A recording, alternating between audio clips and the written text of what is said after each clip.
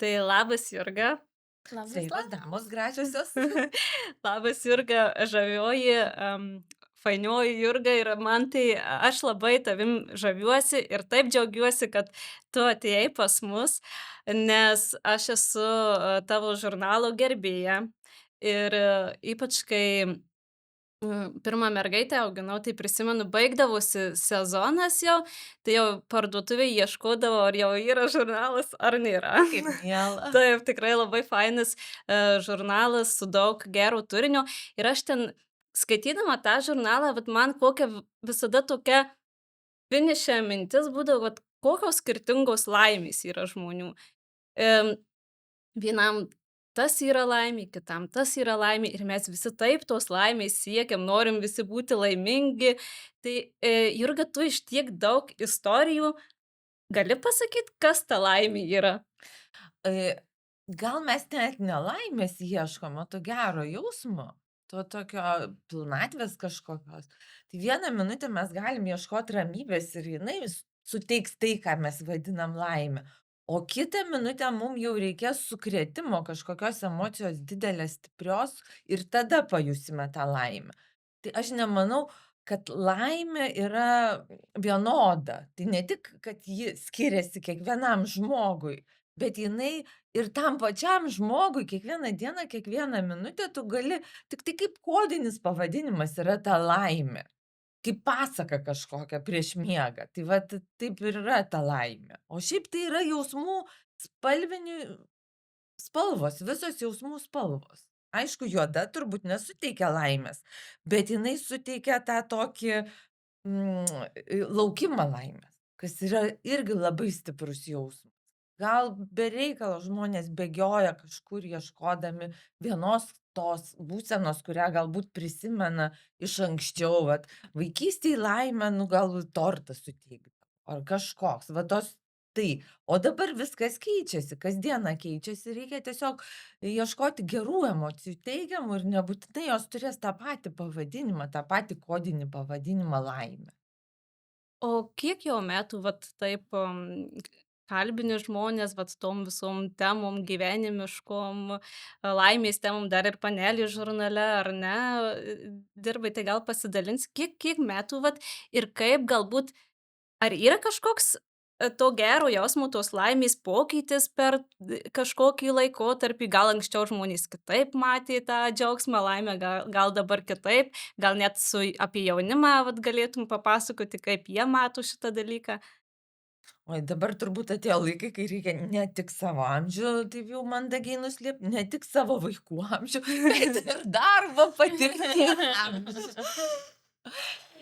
Iš tiesų kalbinu tai jau labai labai labai senai žmonės ir kalbinimas yra ne tik mano ar tarkim darbas ar hobis, bet tiesiog nu, gyvenimo būdas. Man labai įdomu žmonės. Žemė žmonių planeta, tai aš negaliu pakalbint šuns. Aš auginu šunį, bet jis su manim nekalba. Tai žodžiu, myli žmonės, ar ne?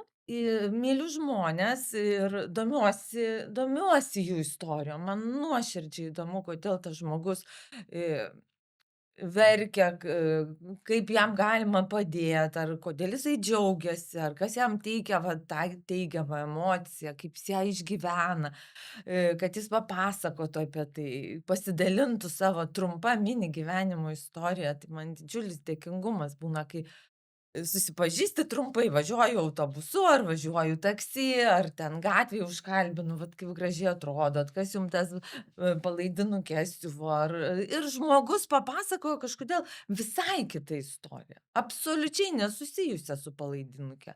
Tiesiog gal jam buvo gera diena, jis užsidėjo baltą spalvą šiandien.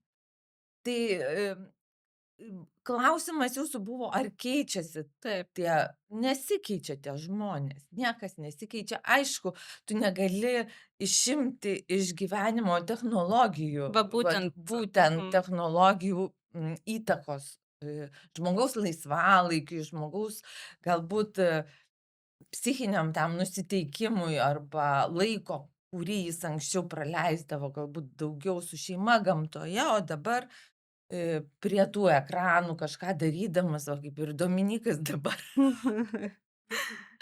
Anksčiau kitaip viską dirbtų, o dabar sėdi sau ramiai, mus filmuoja, mes irgi ramios ir viskas bus daug greičiau turbūt, negu būdavo anksčiau.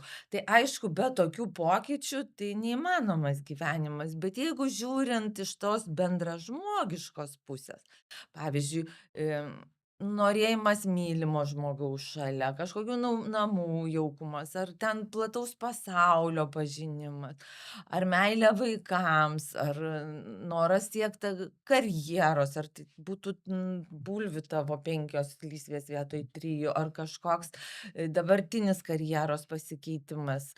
Tai yra labai panašus tie dalykai ir žmonės juos vertina labai panašiai. E, Pačią tave žinau kaip menininkę, ar ne? Ir turi išleidusi ne vieną knygą vaikams. Gal gali pasidalinti, kodėl vaikams? Nu, vat kaip kilo ta idėja, kad būtent vaikams? Iš, iš kur jinai? Kilo visai paprastai ir galėjau sukurt legendą beeidama čia pas jus per lietų, bet nesukūriau. O gimė taip, kad pirma gimė Paula, o paskui gimė idėja kurti vaikam, nes turbūt visiems tėvams jų vaikai yra labai faini ir labai, nu, mieli filosofai tokie, kurie gyvenimo dalykus pamato pirmą kartą. Ir tas pirmas jų vertinimas kartais nustebina mus, kurie jau tą lapą, tą sniegą, tą kažkokią galų gale mirtį ar dar kažką mato pirmą kartą gyvenime. Ir Paula nuo mažens turėjo labai gerą humoro jausmą, kas, nu, kadangi jinai buvo šalia namie pas mane. O aš, dar esu tas žmogus, kur įdarbina kažkokius dalykus, idėjas ir struktūrizuoja viską, nes aš esu ir redaktorė, žurnalo kūrėja ir man čia tokia medžiaga namie auga, kad aš negalėjau jos praleisti. Ir iš tiesų tos frazės, tos situacijos knygų serijoj, kur yra Laimingo namo istorijos, tai yra praktiškai apie mūsų namus. Aišku, jos yra suliteratūrintos tos istorijos ir tie dalykai, bet daug nutikimų, kurie įvyksta tose knygelėse vaikams, yra tikri. Ir netgi Algis piešdamas iliustracijas, jisai nupiešia mūsų tikrą namą, mūsų tikrus šuniukus, jų tikrus ten tapetus, kurie suvalgė. Ir net Paula nupiešė ir mane su tokia nosim nupiešė. Dėl nosies tai pyksta. Bet aš dabar klausau ir galvoju, kaip gerai, aš iš tiesų, vat, pagalvoju, kad neužrašiau kažkokių frazių vaikų, ar ne, kai būna ten tie albumukai su nuotraukom, kada kuris pirmas kartas, kada kur atsitiko. Tai va čia buvo labai puikus būdas tai įprasminti ir išsaugoti ilgoje perspektyvoje ir galbūt netgi pasidalinti su kitais. Tikrai labai džiaugiuosi, kad tos knygutės tapo populiarios labai ir jos ten laimėjo rinkimus ir žmonės pažindavo, va, kaip jūs sakot, ko neužrašiau.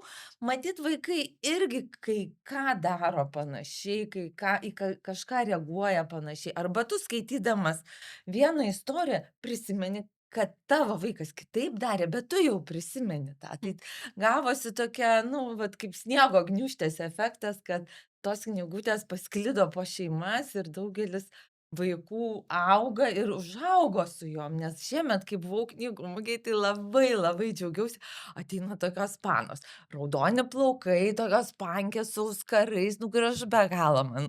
Visi tie stiliaus ieškojimai, tie įsidirbinėjimai man tai aš plius. Va. Tiesiog aš Inesu, daryk, Paula, trumpai plaukai, gerai, baisus marškiniai, gerai, viskas gerai. Ir ateina tokios fainos žiauriai panos ir sako, o, čia torčiukas ant debesėlio, aš su juo užaugau. Ir aš galvoju, o, yes. O kiek Paulai metų dabar? Paulai bus 15.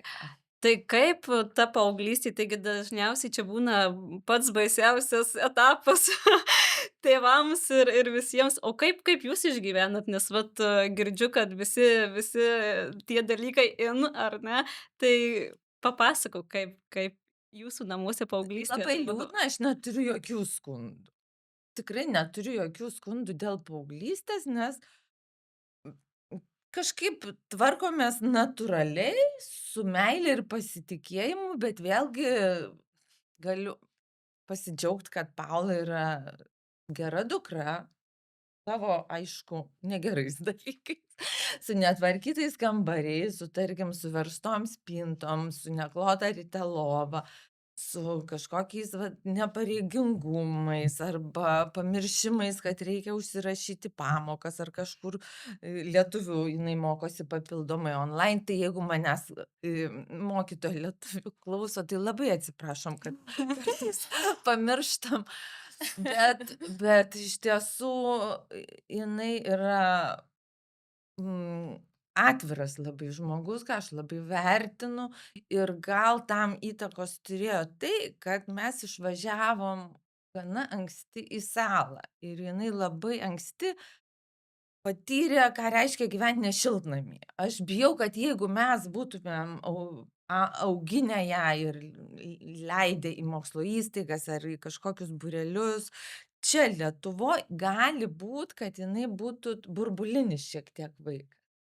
Dabar jinai buvo išrauta iš šiltnamio, nes išrauta iš tų, kur ten mamos vežioja, mamos rūpinasi, tėvai rūpinasi, čia mokykla netinka, čia mokytoja netinka, čia net klasiokai netinka, čia tas netinka.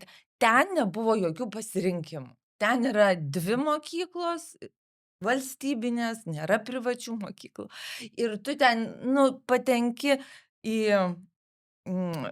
mokinių, kurie irgi patyrė daug gyvenime įvairiausių, kaip pasakyt, patirčių, nes yra ir pabėgėlių vaikai, yra ir iš Maroko vaikai, yra daug vietinių vaikų, yra iš Kolumbijos, Venesuelos, yra daug kultūrų ir tos kultūros nuo 6 metų, nuo 5 tiksliau ten eina į mokslus. Va dar vienas skirtumas, kad čia vat ar 7 jau vaikas subrendęs. Taip, čia yra visai kita sistema, ten yra visai kita sistema, mes turėjom prisitaikyt, Paula turėjo prie to prisitaikyt, kad ji nemokėdama jokios kalbos patenka į mokyklą, kur ją niekas nesicackina ir niekas nesupranta, kad jinai nesupranta jokios kalbos.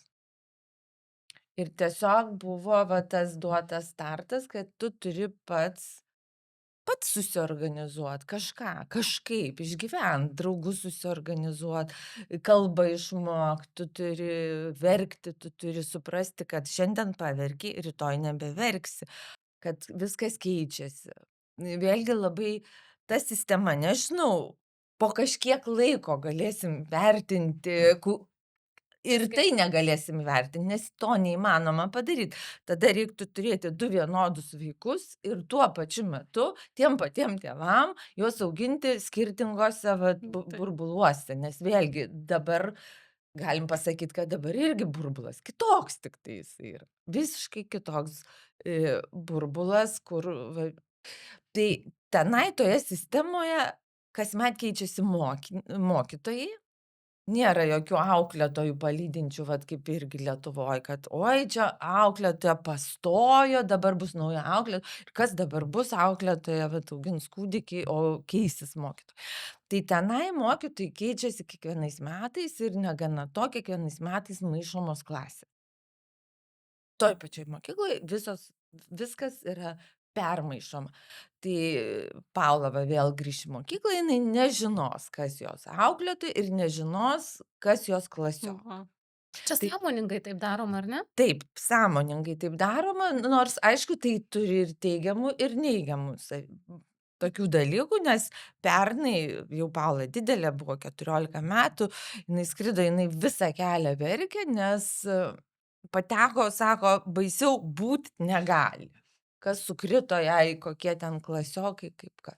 Ir tikrai 2 savaitės buvo labai sunkios, bet vėlgi mes sakėm, bandyk, bandom, jeigu ne, kažką galvosi. Visada yra sprendimai, visada yra išeitis ir dabar labai labai smagu tas dalykas, kad tie paaugliai, ką mes vadinam paaugliais, jie kai ateina pas mus į namus, aišku, bardakas visą laiką siaubingas būna, siaubingas, nes jeigu jūs įsivaizduojat ten Kolumbiją su patiekalais, ten jiems reikia aliejaus, viskas pilama, viskas daroma, kažkoks chaosas, vienas vaikinas tortus mėgsta gamint, mūsų virtuvė maža, tai ten, nu, šiukšlynas pasidaro. Bet kas man smagiausia, visi ateina, kur tėvai tavo, Paula? Nu, tėtis dirba tenai piešia, mama viršuj ten kažką daro. Jie atidunda, apsikabint, pasisveikint. Paaugliai. Paklaust, kaip tau sekasi, o jei būna, vat, mamos ten, mama vieniša, augina sunkiai ten berniuką, jos gimtadienis, tai ta chebra susigalvoja, kad, ai, išpuošim mamai ten balionais ir va tortą nupirksim, padarysim tortą tai mamai, jau ne vieni kitiem, bet toks labai artimas kontaktas gaunasi tarp suaugusių ir tų vat paauglių. Ir aišku, kai mažas miestas, tai tu matai, kas ką daro. Tu matai, kas su kuo eina. Jeigu kas rūko už kampo, tai tu jau kas nors tau pasakys, kad tu vat savo dukra vat ten su kažkuo ėjo, aš nežinau, ar tai gerai, tai tu pasidomėk. Tai yra vėlgi to mažo miestelio sindromas, bet jaučiu tai paauglystei be dramų padėjo tai, kad jinai labai anksti pajuto tą brandą. Brandą kaip suaugusio žmogaus, kad su mūsų palaikymu, kad reikia kalbėt atvirai, kuo greičiau, kad viską įmanoma išspręst, net jeigu neįmanoma išspręst, kaip nors kažkas vis tiek pajudės išsispręs, kad nedaro didelių tragedijų. Ir tas man yra svarbiau negu ten nepakloti kambariai ar ten kažkoks šiukšlynas.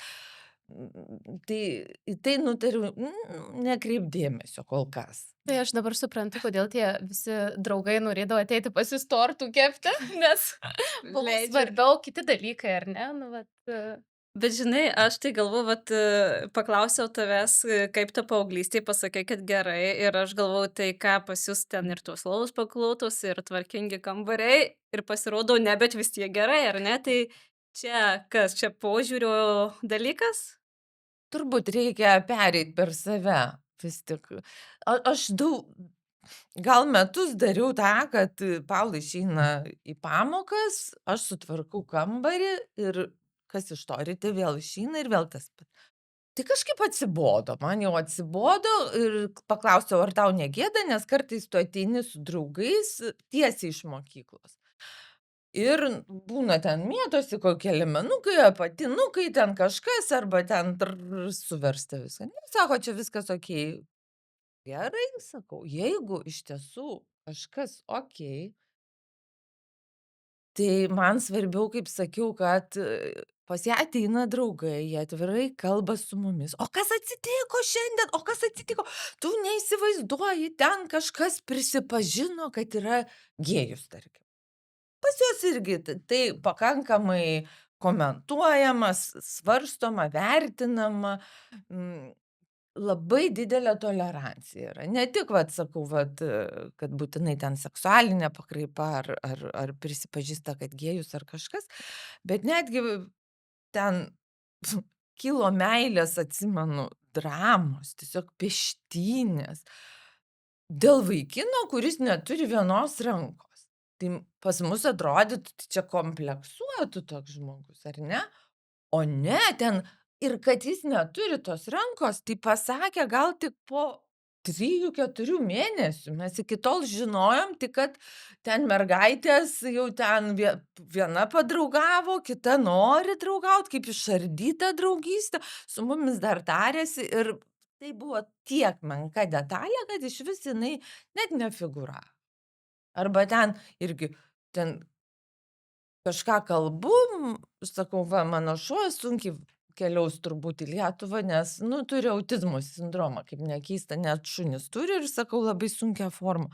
Ai, tai sako, mano brolis turi, tai viskas čia gerai, kažkaip viskas labai paprasta. Paprasta. Tai gal aš bijau, kad kuo mes sudėtingiau apkraunam arba, nu, kažkaip darom problemas netgi lygiose vietose, gal, bet šis be abejo priklauso nuo turbūt aplinkybių, vaiko ar paauglio charakterio, tėvų įgūdžių, noro. Tėvai kai kurie, vėlgi nepalyginsiu, kas yra geriau, turi tikslą, kad vaikas kažkur mokytųsi labai stipriai, tarkim, Kembridžo universitete ar dar kažkur, ar įstotų į Ameriką, ar teisę studijuotų, ar būtų ten, nu, turi kažkokius ateities stiprius įsivaizdavimus, kuriuos perkelia į tą vaiką. Ir aišku, tada ta dienotvarkė, tada tie turi būt labai kontroliuojama. Ir vėlgi čia turbūt kiekvienos šeimos yra pasirinkimas, aš manau. Bet čia dabar ką kalbi, tai čia tėvų noras dažnai būna, ar ne? Būna ir sutampa, tikrai būna ir sutampa tie norai, Bet jeigu ne? bet jeigu ne, tai vėlgi aš nedrįsčiau kištis į jokią šeimą ir dalinti jokių patarimų, nepakalbėjus konkrečiai, vat, kaip ir gal padėt, gal kažką daryt, kokiu keliu eiti. Ir be to duoti patarimus yra turbūt pats blogiausias dalykas gyvenime. Čia kaip sako, jeigu tavęs neprašo, nepadėk. Nedalinti Nedalink Patarimų. patarimų. Taip. taip, Sau gali dalint, papasakot. papasakot, kaip buvo tau, o kitas žmogus klausydamas jūsų vat laidą ar ką, gal susidėlios mozaiką, gabaliukus tiktai. Aha, tiko, gal lova tegul nekloja, bet tegul ten daro kažką kitą, ką pasakė kiti pašnekovai. Tai aš manau, kad žmonės dažniausiai visas tas patirtis perleidžia per save ir pasirenka, nu, geriausius dalykus, kurie tinka jų situacijai. Būtent kas kur skauda ar ne, arba kur Taip. aktualu, kur jautru ar ne. Mhm. O Jurga, vat su tokiu pat, lengvumu, santykyje su dukra, santykyje ir su vyru, nes vat aš taip, a, kiek, esu girdėjus jūsų pokalbių ar interviu, na taip fainai, šmaikščiai, laimingai viskas. Ar irgi viskas per lengvumą, per atvirumą? Kaip šitoj vietoj, ar Tai ne? kaip peilius padedam. Tai tada viskas gerai, bet aišku, būna ten ir audrų, ir kalnų, ir, nu, tik tiek, kad nekalbadienių nebūna. Mes vis tiek abu esam tokie emocionalūs, Algis anksčiau buvo toksai santūresnis, jis iš šeimos atsinešė tokį, nu, labiau uždarą charakterį. Aš tai buvau ta, kur man visus apkabint, visiems sakyt, kaip fainai, kaip myliu. Tas labai tiko būtent vat saloj, nes ten kiekvienas tau paštininkas, kasininkas, bele kas tau pasakys, kad aš tave myliu vaikuti, gražuolė, tu mano tokia, jie ten tiek epitetų turi, kad labai miela, vat irgi sakau, visąlaik sakau, Paula, kaip tave myliu, jie turi tą vat žodį, kad ir jį dažnai vartoja, netaupo jo. Lietuviai, tai aš netgi atsimenu pati, kai augau, tai tas žodis atrodė tokia jau vertybė, kad jį ištraukti, kad nu jau tikrai, nu ne. Bet kam čia myliu, žodžiu, ne. Kažkada gal kažkam pasakysi. Jeigu labai gerai užsitarnaus. Jeigu užsitarnaus. O pasirodo, kad tas žodis tikrai yra labai, nu nežinau, kasdienybėje jisai labai praverčia ir nuskaidrina tą dieną, kai tu ateini ir tau vat kasininkė pasako ką nors. Aš dar irgi labai noriu pasidalinti. Aš esu pastebėjusi, kad net ir Lietuvoje labai priklauso nuo regionų, va tas žmonių užkalbinimas. Ir tikrai turiu žmonių, kurie, tarkim, aš pati esu iš Marijampolės. Ir mes ten tikrai labai dažnai mėgstam pakalbinti ir nepažįstamą žmogų. Ir kaip tu minėjai, kad vat, pakalbinti, užklausti, tai mums irgi ten labai faina ir smagu. Ir pas mus atsikraustė iš Dzūkijos žmonės, kur ten taip nebūdavo. Ir jiems atvykus į tą Aha. aplinką, terpę, buvo tikrai toks lengvas šokas. Nu tai čia kaip kimba, kaip žuvytės, kaip čia ant ko žuvauji, prie kito priėjau irgi ten kažko klausinėja. Tai manau, kad dar labai priklauso ir nu, vat, irgi nuo to regionų ir kiek ten tų kalbių žmonių į tą vietelę susirenka. Ar perauklėjo dzūkus? Nu, aš nežinau, bet man atrodė iš šalies, kad jie žavisi va tokiu, va tuo Aha. užkalbinimu ir tuo gebėjimu pabendrauti, paklausti, pasidalinti, man pačiai tai yra labai artima ir smagu ir manau, kad mes galėtume nešti vat šitą vat, ką tu pasakojai apie meilę ar ne, tai galėtume apsikabinti daugiau kažką, Taip. pasakyti tą gražų žodelį kažkam. Man patiko vakar, aš pirkau gėles. Didelę kažkokią lauko ten skyrius, didelė parduotuvė ir ten tokioj būdelėj sėdi moteris ir skaičiuoja, kadangi nuolaida, tai jau ten visi su tais vežimais eina. Jinai pamatė mane eilės gale, aš su dviem, neatsimenu, bel begonijos ar palergonijos, žinai, kaip algis tik ir rožės pažįstu. Aš dar šiek tiek daugiau pažįstu gėlių, bet tas galėjau sumaišyt. Tokios rožinės, svarbiausia spalva atsimint moteriai. Tai va, tai ta kasininkė metė viską, atbėgo prie manęs, sako, galiu tave apkabinti, pabučiuoti. Taip galvo, oba, nu va, kaip faina. Nu va, matai, kaip fainai, tai vienu žodžiu čia ir Laiko Lietuva. klausimas, Laiko man atrodo, klausimas, iš ar tiesų, va. Tokie pokyčiai geri, labai matosi, kad geri. nu, tai labai džiugu. O kiek Paulai buvo metų, kai jūs išsikraustėt? Mes pradėjom važinėti tą salą, skraidyti salą, kai Paula tik gimė, nes buvo patogus metas. Aš nors dirbau per atstumą, tuo metu buvo naujovė dirbti per atstumą, bet kadangi buvau motinystės atostogose oficialiai, tai nutarėm, kad va, pagaliau atėjo tas laikas pasimatuot, kaip jaučiasi emigrantai tam kailyje. Mes gi žurnale dažnai rašydavom istorijas, Taip. kaip išvažiuoja, kaip ieško laimės, kaip neranda jos, kaip sunku, kaip nepriema, kaip priema. Ir man buvo toks vienas dalykas smalsumas, o kitas dalykas, aišku, mes buvom dalinai klimato emigrantai, nes sutapo laikas, kad mes išvykom nuo spalio iki pat gal gegužės. Pirmi metai buvo mūsų tokie ilgi. Ilga žiema, šilta žiema buvo. Tai ten akivaizdu, kad vaikus augint labai paprasta ir labai patogu. Jau dabar mūsų kaime yra apsistoję iki 10 šeimų, kur tiesiog augina vaikus. Tai kiti jau leidžia į mokyklą, į tą pačią, kur Paula pradėjo eiti. Tai dabar jau tik tiek, kad žino mokytojai, kad yra jau daugiau kitų vaikų, kitų kalbų ir labai per tiek metų Lietuvos vardas sustiprėjo bent jau mūsų tam dideliam miestelėje. Tai tikrai visi vertina lietuvius kaip patikimus, kaip besilaiko žodžio, palieka arbatos, visada, turi šeimas, ten nelatrauja kažkaip, vat labai žino, kai kurie net išmoko lietuviškai pasisveikint ispanai, tai labai miela, kad Lietuva labai tikrai vertinam. Bet vat, o į kažkokią įstaigą jau lankė Paula čia darželį ar mokyklą kažką, ar ne Lietuvoj nelankė?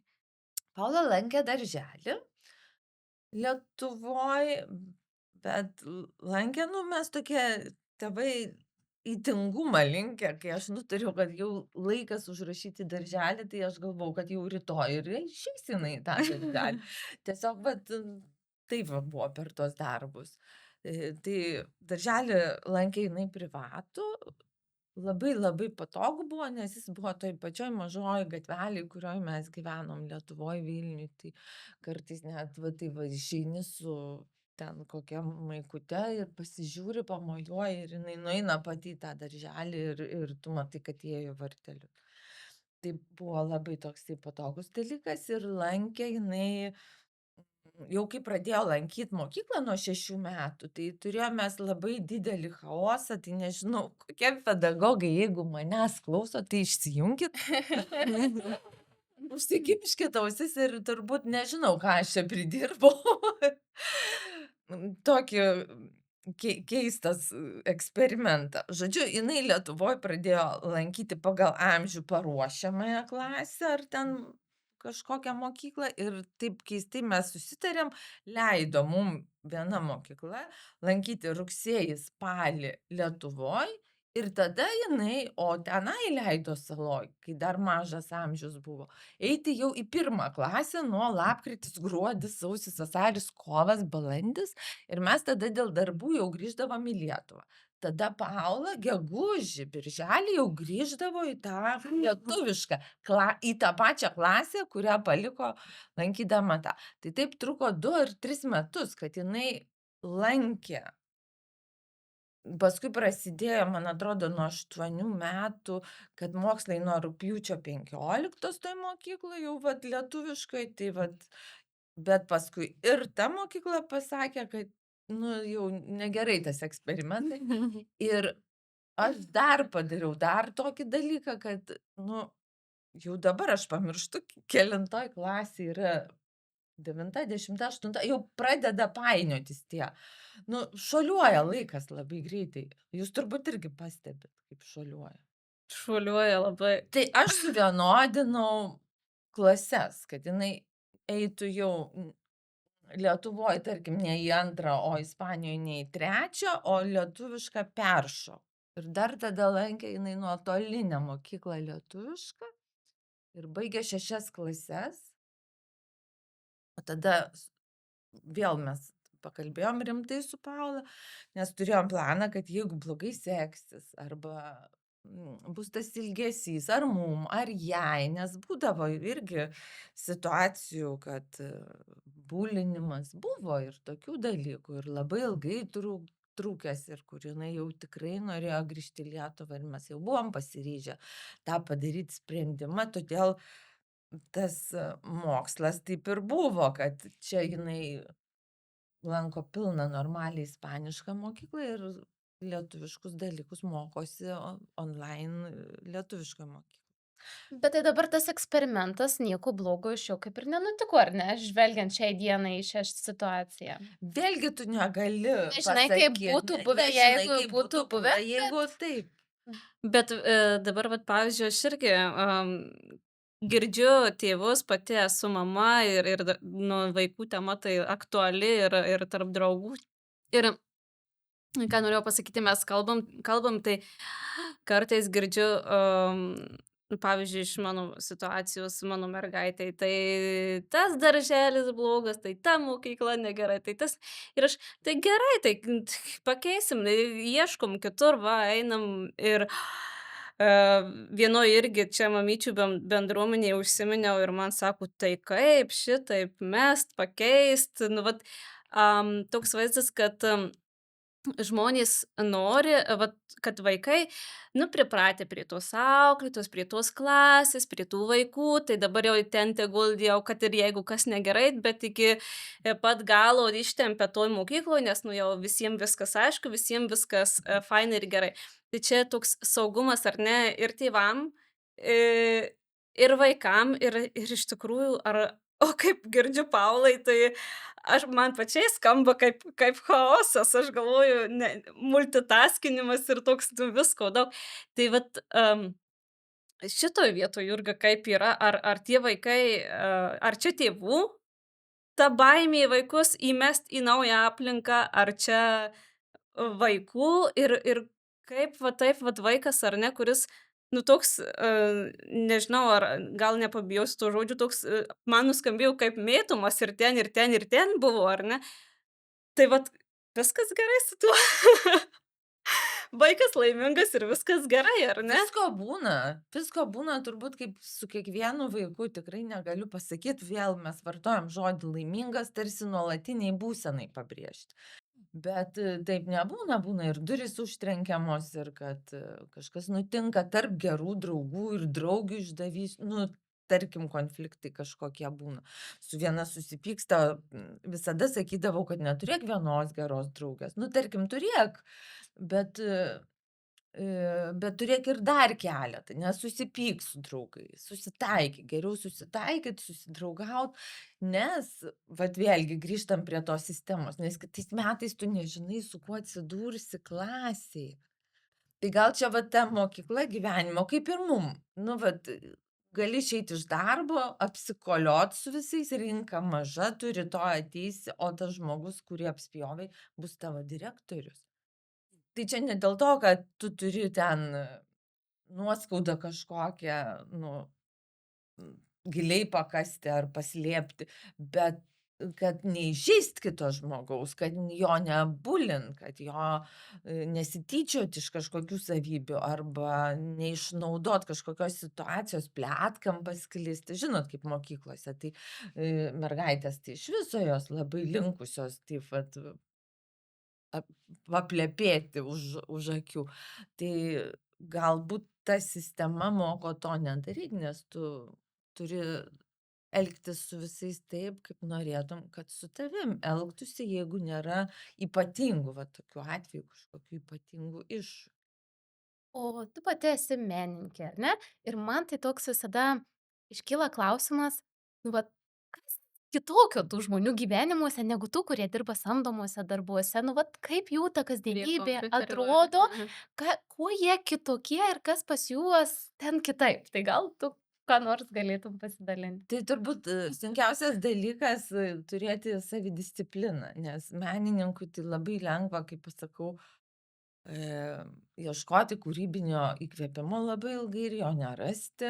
Ir lengva netgi, sakyčiau, nu, ne tai, kad prasigerti, bet galbūt į kažkokius blogus įpročius įnikti, nes realiai tu neturi kur važiuot, neturi kur eit, tau reikia kažkokių dirgiklių galbūt, gal kažkokių va tokių niuansų. Tai ta menininko pusė, mes irgi žinome ir Lietuvoj daug situacijų, kad jinai rizikinga tokia. Bet ir finansiškai, ar ne? Ir finansiškai tu niekada nežinai, čia geras klausimas, kaip tau susidėlios vienas mėnuo, kitas mėnuo, arba e, ten apie kiti planuoja dirbt, kol išeis į pensiją, tai tokių planų, vat vėlgi tu gyvenime neturi, tu tiesiog sukiesi, galvoji ir O vat sunku, sakykim, prasimušt kaip menininkui, nu, nes turbūt va tas, kad ir ar tekstas, ar piešinys, ar ne, vienam gali būt gražus, kitam ne. Ypač, nu, vat aš dabar galvoju, gal šalia tos technologijos ir dirbtinio intelekto irgi tos pagalbos daug suteikia ir sunku gal kartais suprast, ar čia tikra ar netikra, ar čia pačio to menininko padaryta, ar ne pačio padaryta, vat ar sudėtinga šitoj, srity prasimušti ir galbūt vat irgi šitoj vietoj, iš meno išgyvent galima ar sunku? Tai turbūt čia klausimas būtų labiau Algiui, nes jisai pagrinde ir vien tiktai gyvena iš meno, iš savo tapybos dalykų, o aš esu žmogus, kuris turi daugiau veiklų ir mano tas menas nėra toks, pavadinkim, brangus ir išskirtinis kaip Algio. Tai jeigu kalbant apie žurnalą ar knygų rašymą, tai, nu, tiesiog tai yra daug mažiau finansų atnešantis produktas. Tačiau mes turime ir elektroninę parduotuvę, kuriai visada reikia priežiūros ir darbo daug ten įdėti. Tai smagu, kad mūsų komanda yra tokia labai vienas vieną daro, kitas kitą ir dar turim žmonės be abejo, kurie yra kartu, kurie padeda, kurie labai, nu, išmanus ir greitai dirba. Nemanau, kad dirbtinis intelektas labai greitai pakeis meno poreikį, ypač tiems, kas vertina tikrą, pavadinkim tą investicinį meną. Nes dirbtinio intelekto sukurtas daiktas, kažin ar kada nors kainuos tiek ir bus eksponuojamas, tarkim, muziejuose, vat kaip Algio darbai ir Airijos nacionaliniam muziejuj. Tai sunku pasakyt, ar ateis toks laikas, bijau, kad ne. Vis tiek už to turi stovėti žmogus, legenda, istorija apie tą. Jeigu ten koks nors Salvadoras Dali neturėtų legendos, tai mes visai kitaip vertintumėm tuos dalykus.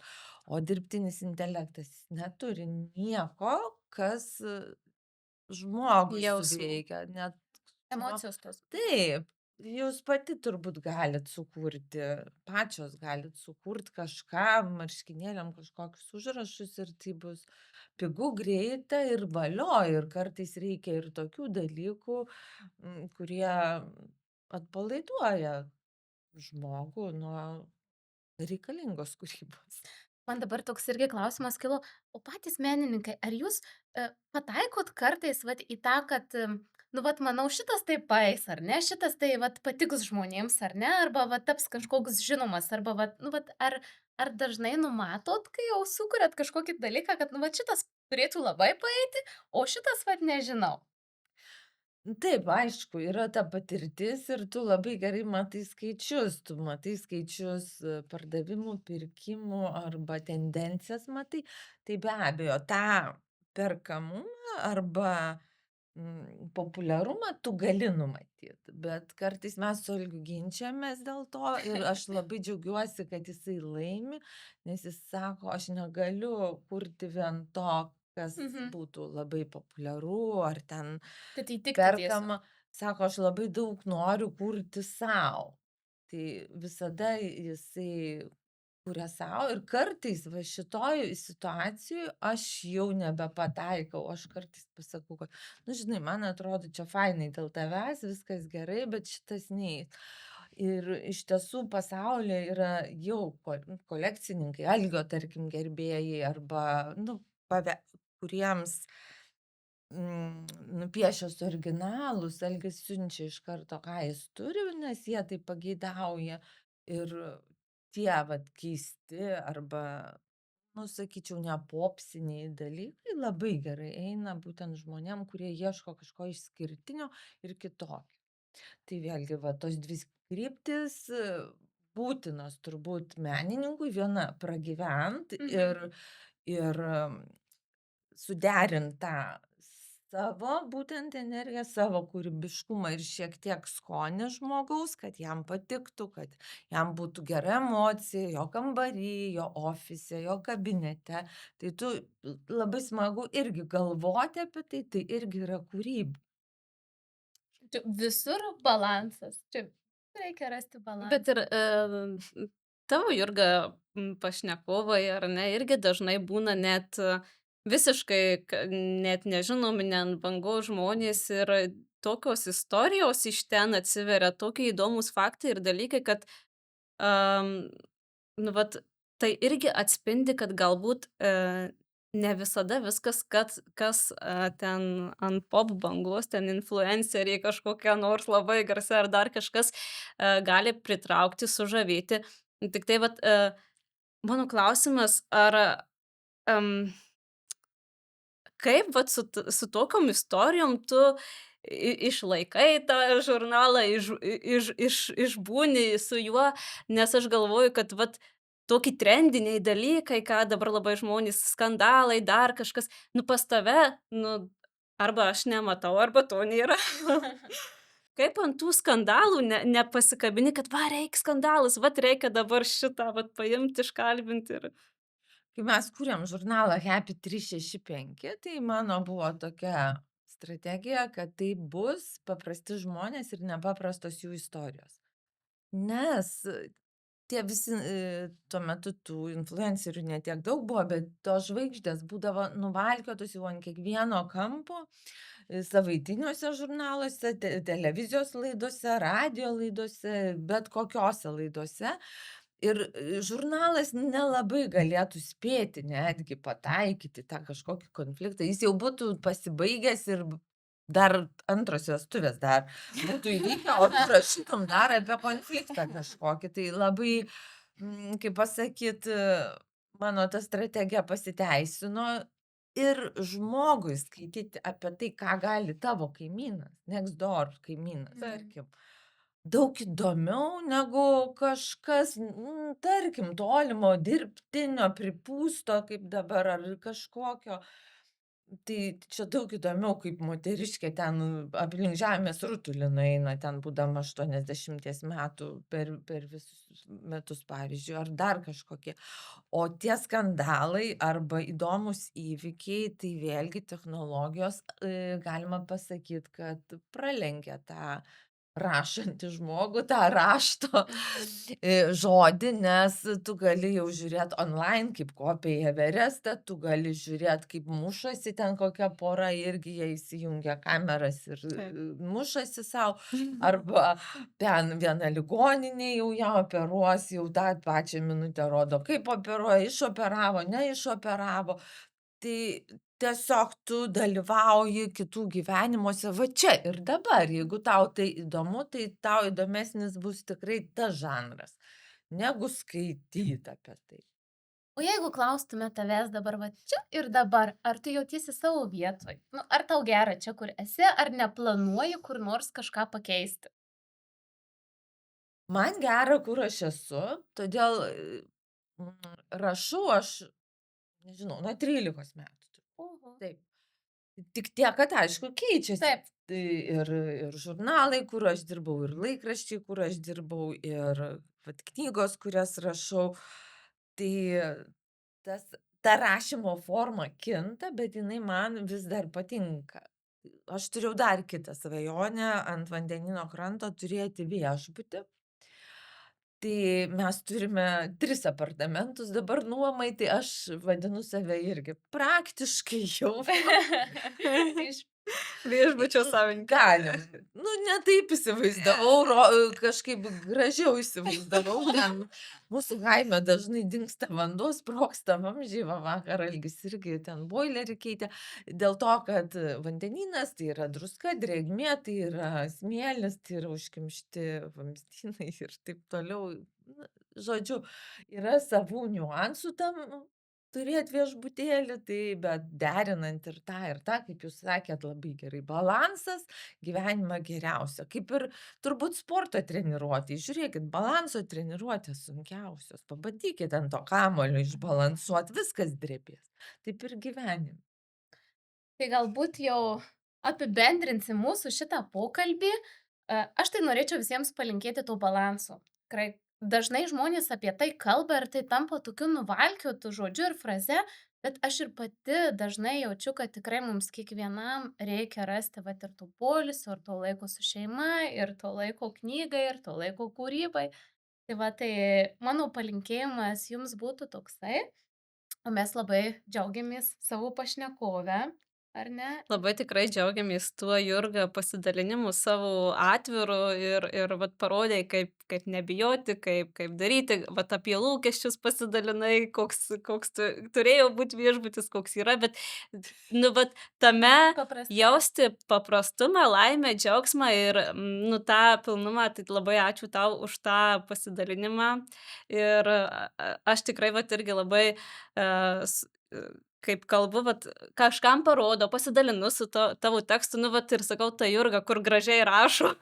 Tai žodžiu, tikrai, tikrai visi komplimentai tau ir tavo rašymui ir toliau linkim tai daryti sėkmingai ir nebejoju, kad viskas tik geriau, geriau ir geriau. Tai ačiū Jums, kad pakvietėt, ačiū, kurie klausėtės, kurie neįsijungė ir neišsigando visų tų chaotiškų niuansų, kurie mūsų šeimoje vyksta. Ir kaip ir sakėjai, balanso, ieškom balanso, tolerancijos sau, nes kartais mes tolerantiški kitiem daugiau negu sau netgi nesam.